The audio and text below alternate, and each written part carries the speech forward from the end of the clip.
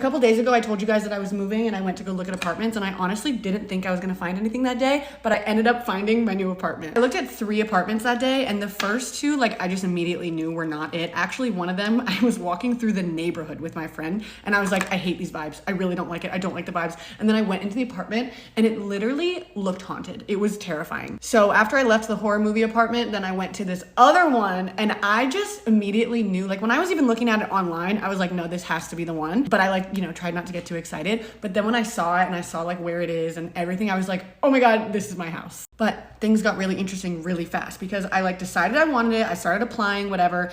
And then I call my current apartment and I'm like, hey, I want to move out. Like, what's the earliest that I can leave? And this was on the phone. The girl was like, oh, well, your lease ends like on the 13th. So you need to be out by the end of your lease. And I was like, that's in 2 weeks from now. So like, it doesn't entirely make sense to me that you would let me out without a 30-day notice. But like, I just ignored my gut instinct, even though I should not have. And I was just like, okay, cool. I can move out in 2 weeks. So I contact the new apartment and I'm like, hey, I have to move out by the 13th. And then I was like, I have to work during the week. So I need to pick a weekend date. So I decided on moving like this next weekend.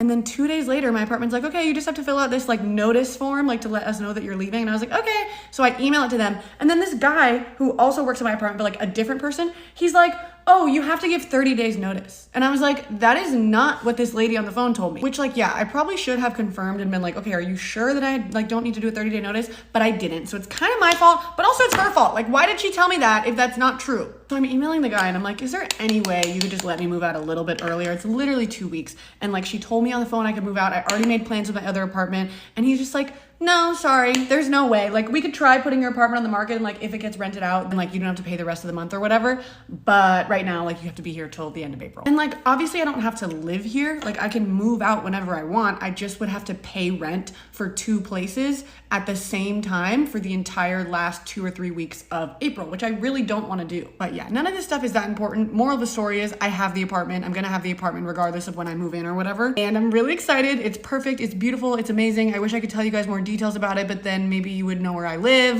I think I'm just learning more and more every day. I need to trust my gut and listen to the vibes because I'm like always right when it comes to those things. But I'll keep you guys updated. Bye.